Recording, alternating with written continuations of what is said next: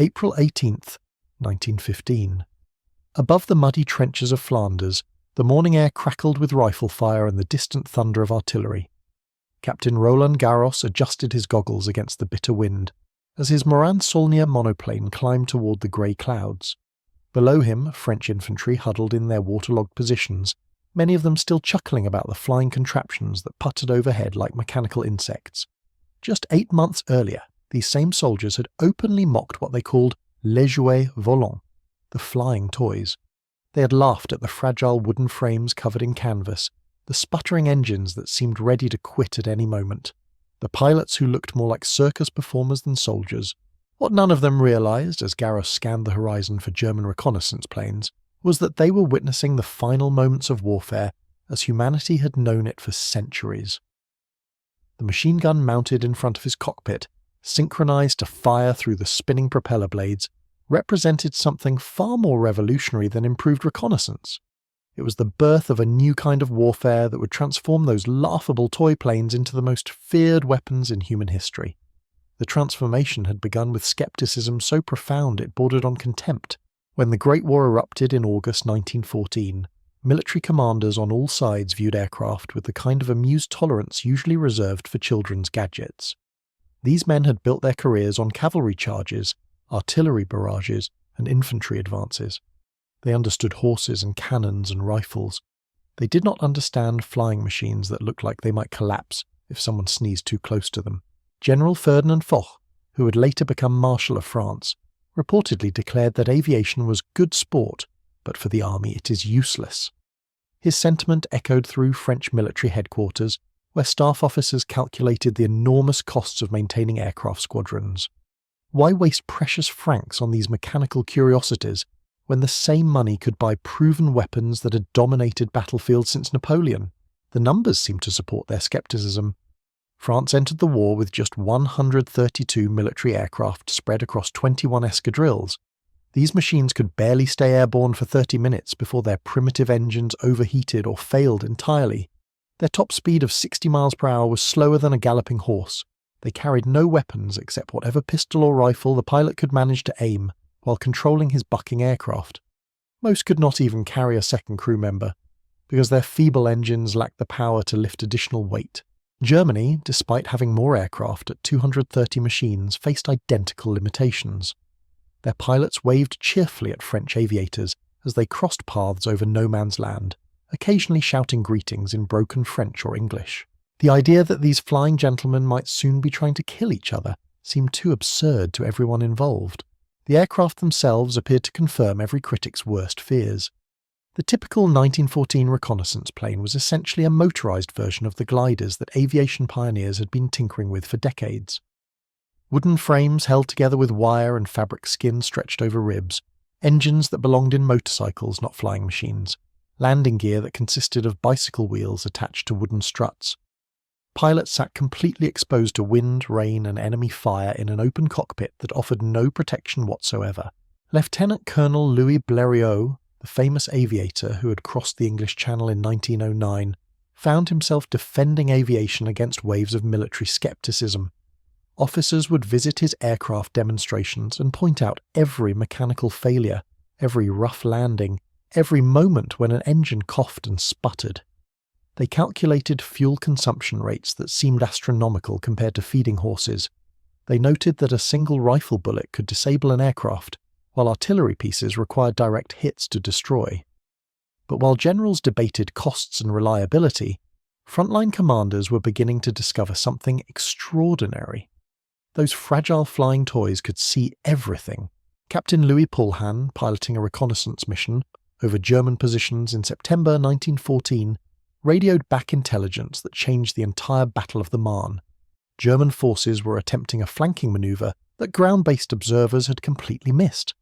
French artillery, guided by Paulin's aerial spotting, decimated the German advance before it could develop. For the first time in military history, commanders could see beyond the next hill, beyond the enemy's front lines, beyond the smoke and confusion of battle. The psychological impact was immediate and profound. German soldiers reported feeling exposed and vulnerable under the constant observation of French aircraft. They began camouflaging their positions, timing their movements to avoid aerial detection, and developing an almost superstitious fear of the mechanical birds circling overhead. French artillery officers discovered that aircraft observation increased their accuracy by over 300%.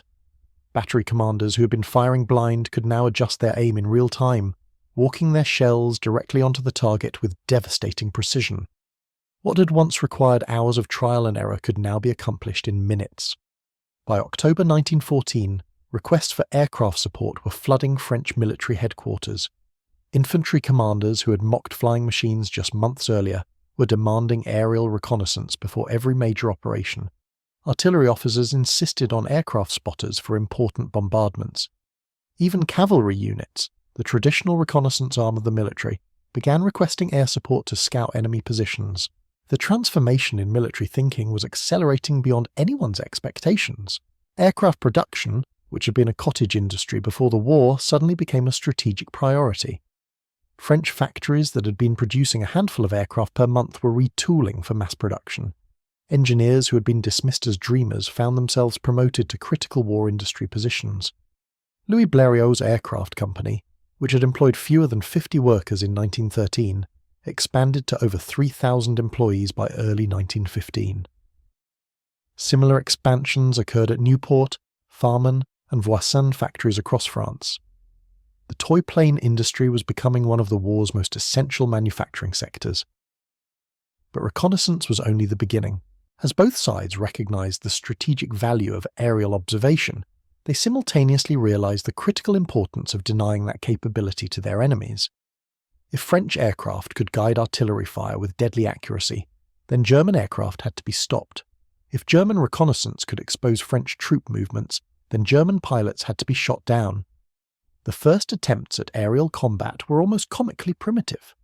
Pilots carried pistols and rifles trying to aim around propeller blades and wing struts while controlling their aircraft in 3 dimensions.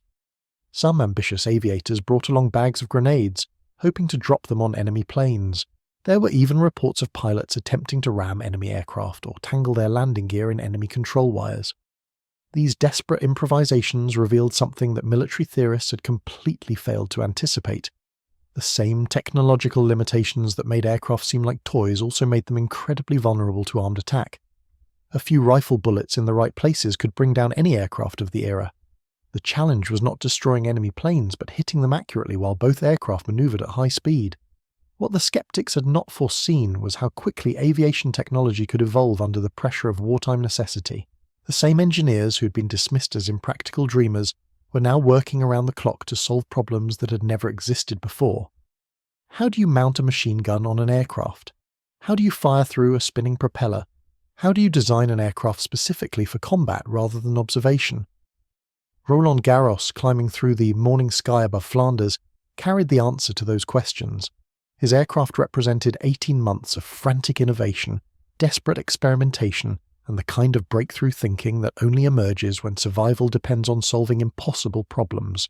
The machine gun mounted in front of his cockpit was synchronized with his propeller through an ingenious mechanical system that would have seemed like magic to the officers who had mocked flying toys in 1914. What those officers could never have imagined was that by 1918, aircraft would be deciding the outcome of ground battles. That air superiority would become as important as naval supremacy, and that the fragile contraptions they had dismissed as expensive novelties would evolve into the most sophisticated weapons ever created by human engineering.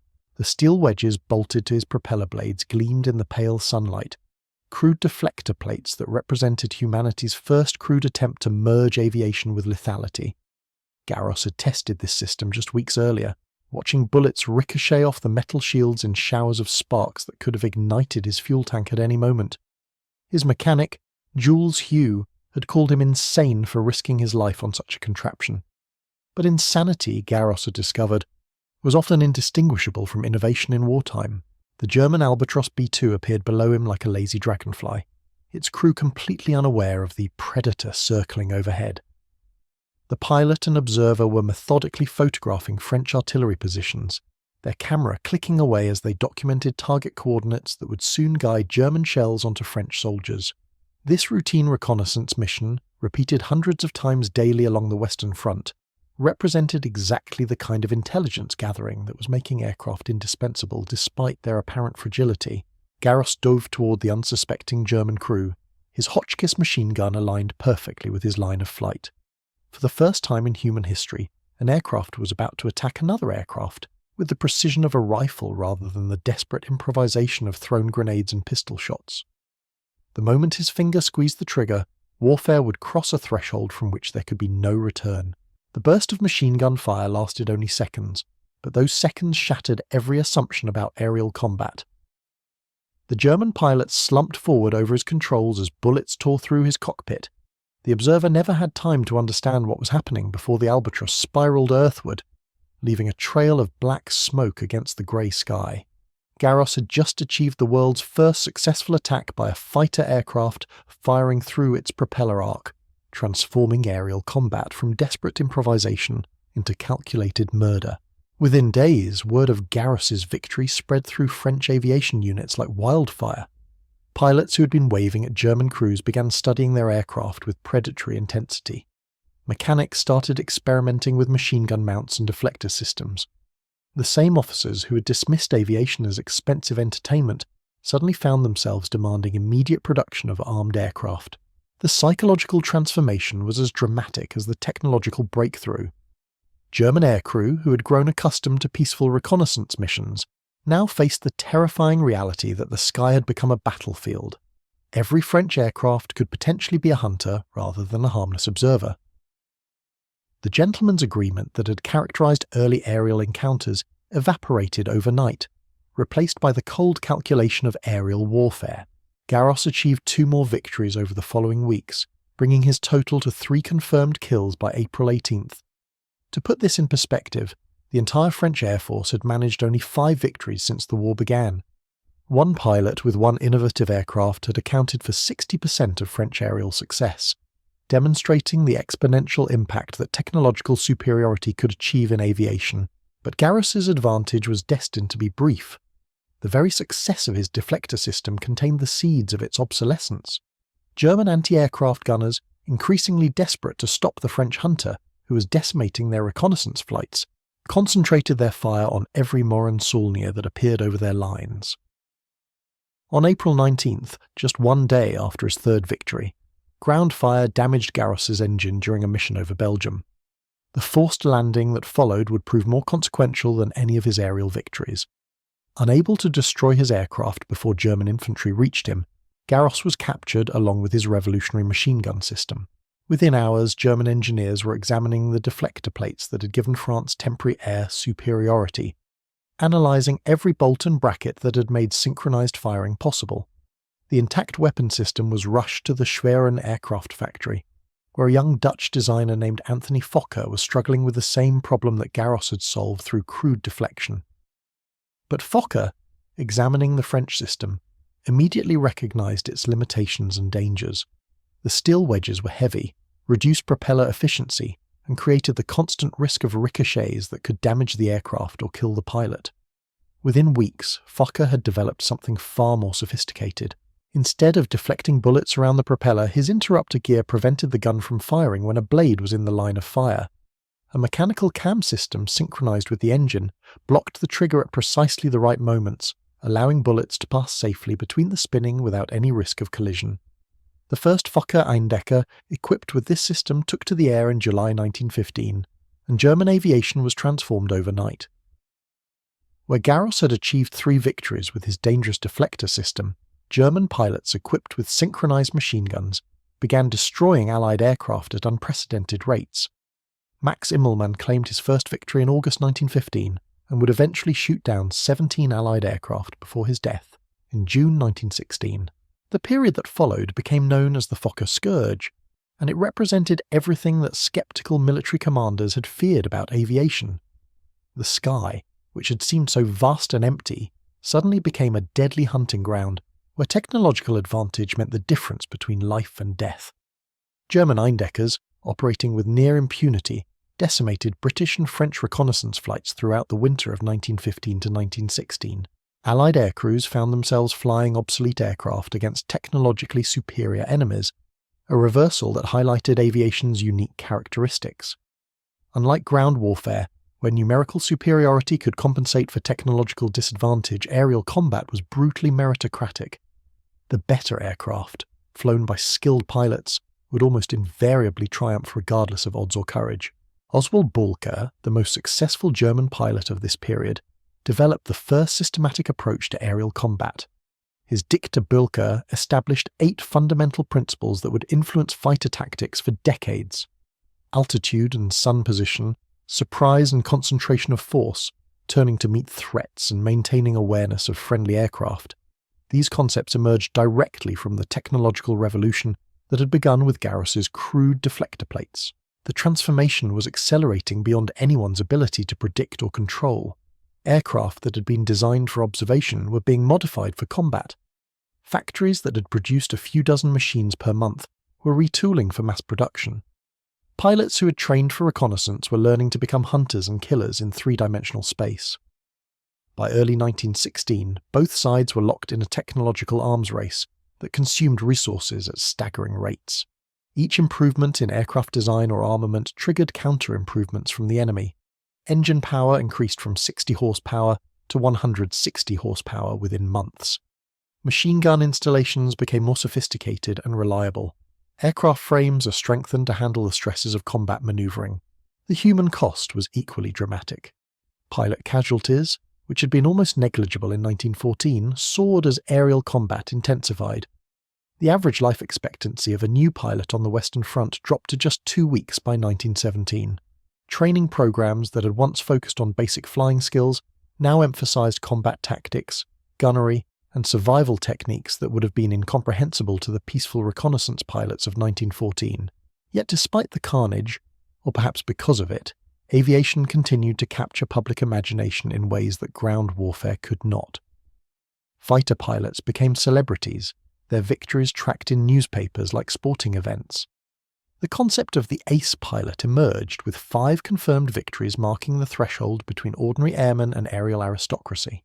This romanticization masked a fundamental shift in military thinking. Air superiority, a concept that had not existed in 1914, became central to strategic planning by 1917.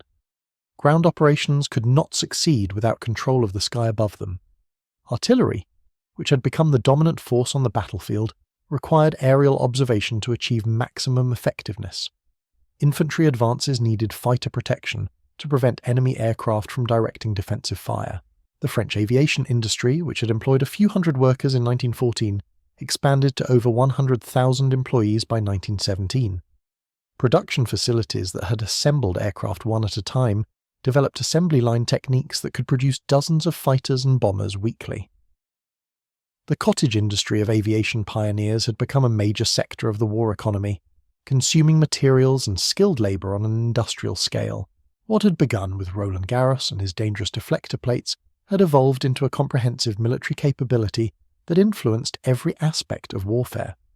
The toy planes that French soldiers had mocked in 1914 were deciding battles by 1918.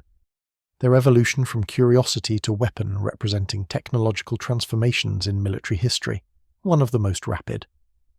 The statistics tell a story that no military academy had prepared commanders to understand. By late 1916, German Eindecker pilots were shooting down Allied aircraft at a rate of 5-1. Oswald Boelcke alone had claimed 40 victories before his death in October, while Max Immelmann's 17 kills had earned him the nickname the Eagle of Lille. These numbers represented more than tactical success. They revealed that aviation had become the first military technology where individual skill and machine capability could multiply force effectiveness exponentially. French General Philippe Pétain, studying casualty reports at his headquarters in Verdun, confronted mathematics that defied traditional military logic. A single German fighter pilot could neutralize an entire reconnaissance squadron in a matter of days.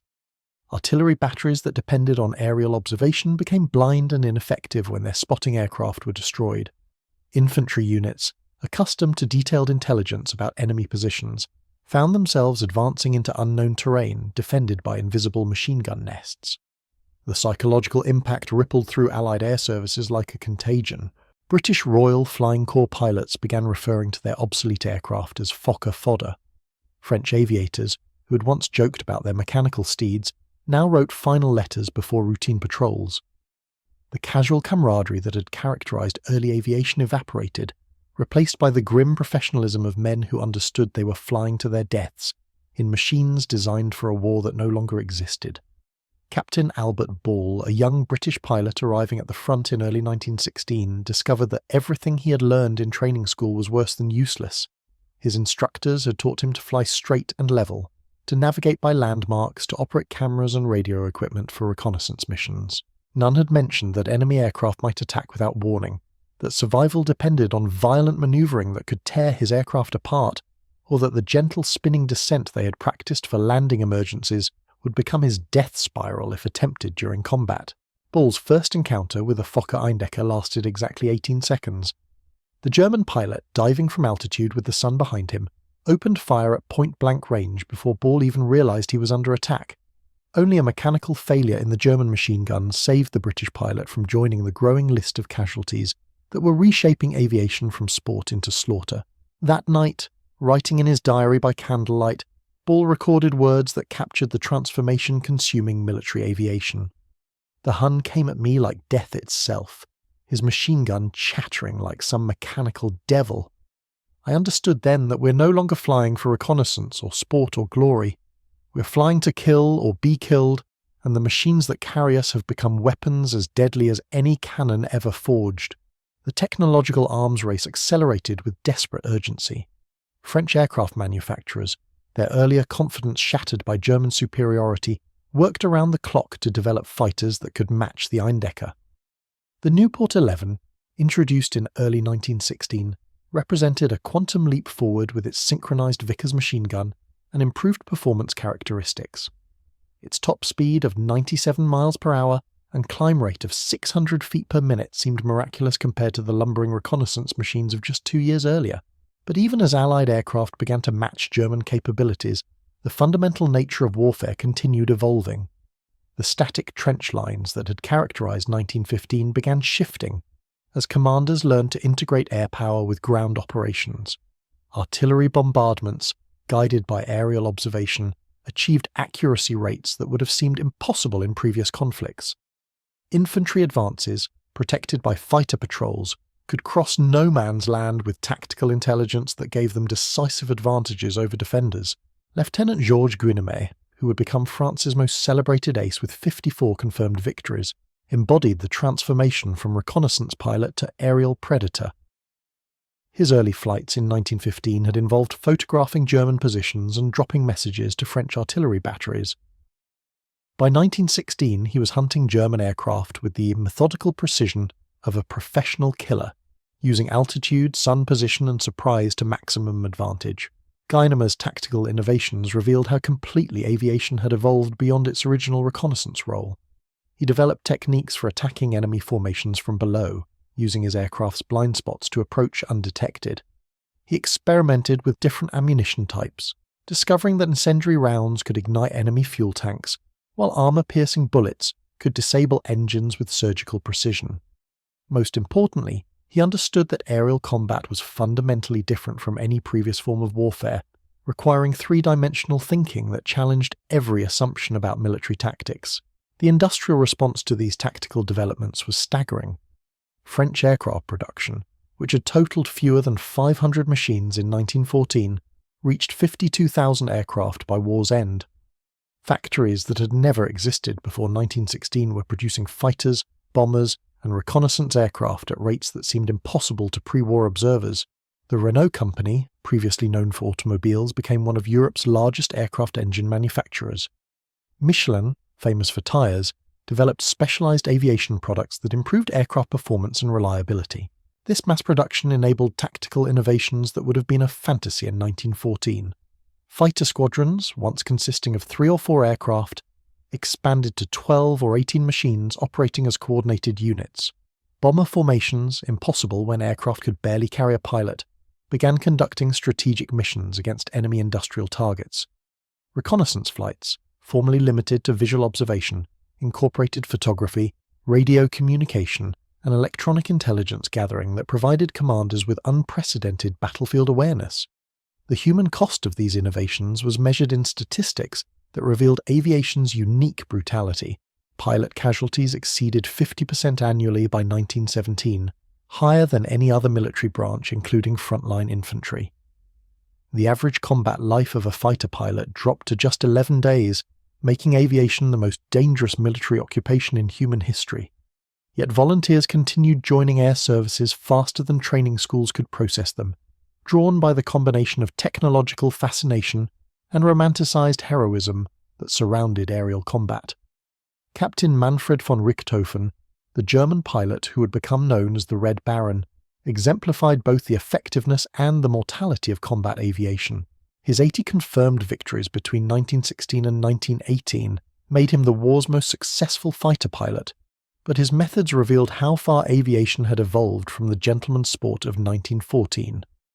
Richthofen studied his opponents like a scientist, analysing their tactics, aircraft capabilities, and psychological weaknesses. He positioned his brightly painted Albatros fighters to maximise psychological impact while minimising tactical exposure. His hunting techniques demonstrated aviation's evolution into a mature military science. Richthofen never engaged in the individual duels that characterised early aerial combat. Instead, he led coordinated formations that used numerical superiority, altitude advantage, and tactical surprise to destroy enemy aircraft with minimal risk to German pilots. His circus of brightly painted fighters operated like a mechanized cavalry unit, sweeping across battlefields to establish air superiority before disappearing to strike elsewhere. The strategic implications of air superiority became apparent during major ground offensives. The German Spring Offensive of 1918 achieved initial success, partly because Luftwaffe fighters had gained temporary control of battlefield skies. Allied reconnaissance flights were driven back, artillery spotting became impossible, and German ground forces could mass for attacks without aerial detection. Conversely, when Allied air forces regained superiority later that year, German defensive positions became vulnerable to constant observation and precision artillery fire that made coordinated defense almost impossible. By summer 1918, aircraft were performing missions that would have been incomprehensible 4 years earlier. Strategic bombers were attacking enemy cities hundreds of miles behind the front lines. Fighter bombers were providing close support to advancing infantry, destroying machine gun positions and artillery batteries with precision that ground-based weapons could not achieve. Reconnaissance aircraft were photographing enemy positions with cameras that could detect individual soldiers from altitudes exceeding 15,000 feet.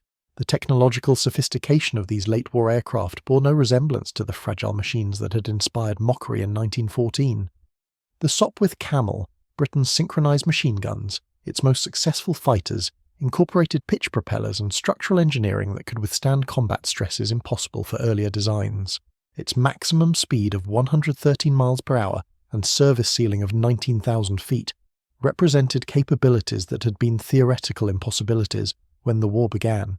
French aviation, which had entered the war with 132 reconnaissance machines, concluded the conflict with over 3,000 operational aircraft spanning dozens of specialized types. Single-seat fighters, two-seat reconnaissance aircraft, multi-engine bombers, and specialized ground attack machines filled roles that had not existed in military doctrine 4 years earlier. The Breguet 14, introduced in 1917, could carry 660 pounds of bombs while maintaining fighter-like performance characteristics, demonstrating how rapidly aviation technology was advancing beyond original limitations. The training programs required to produce pilots for these sophisticated machines revealed how completely aviation had professionalized. Early pilots had learned to fly through trial and error, often with minimal instruction. By 1918, pilot training required months of specialized education covering aerodynamics, engine mechanics, gunnery, navigation, radio operation, and combat tactics. Flying schools that had graduated a few dozen pilots annually in 1914 were producing thousands of qualified aviators by war's end. The economic impact of aviation's expansion transformed entire industries. Aluminium production, previously a minor specialty market, became essential for aircraft construction. Internal combustion engines, refined through aviation requirements, improved dramatically in power-to-weight ratios that would benefit all mechanized transportation. Radio technology, driven by aviation communication needs, advanced more rapidly during the 4 years of war than in the previous 2 decades of peacetime development. Perhaps most significantly, aviation had created entirely new categories of military thinking. Air superiority, strategic bombing, close air support, and aerial reconnaissance became permanent elements of military doctrine.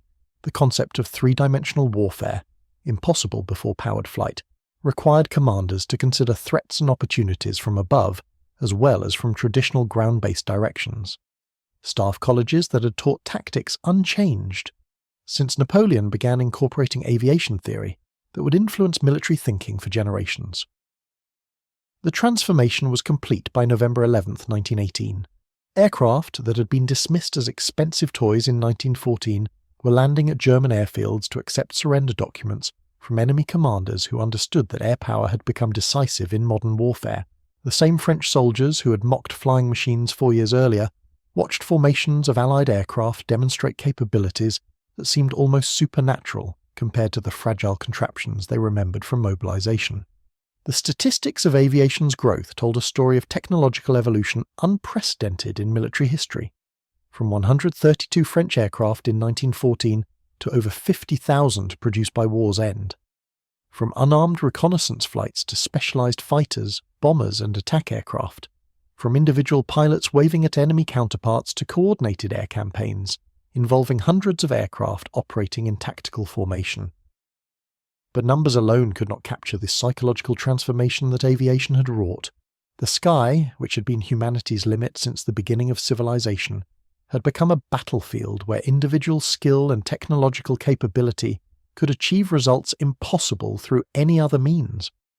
Young men who might have spent their lives as farmers, clerks, or factory workers found themselves commanding machines that could destroy enemy forces from altitudes that made them invisible to ground observers. The war that had begun with cavalry charges and infantry advances in 1914 concluded with armoured columns, supported by close air support, strategic bombers attacking enemy industrial centres, and fighter aircraft establishing air superiority over battlefields that stretched across continents. Aviation had not merely joined existing military capabilities, but had created entirely new forms of warfare that would dominate conflicts for the remainder of the century. As the last German aircraft surrendered at Allied airfields in November 1918, the transformation that had begun with Roland Garros and his crude deflector plates reached its logical conclusion. The toy planes that had inspired laughter and contempt in 1914 had evolved into the most sophisticated weapon systems ever created, flown by pilots whose skills surpassed anything imaginable 4 years earlier, serving a military doctrine that recognized air power as essential to victory in modern warfare. The mockery had ended where it began, above the muddy trenches of France, but now the sky belonged to machines and men who had proven that human ingenuity could transform any limitation into an advantage, any toy into a weapon, any dream into reality through the simple application of desperate necessity and unlimited imagination.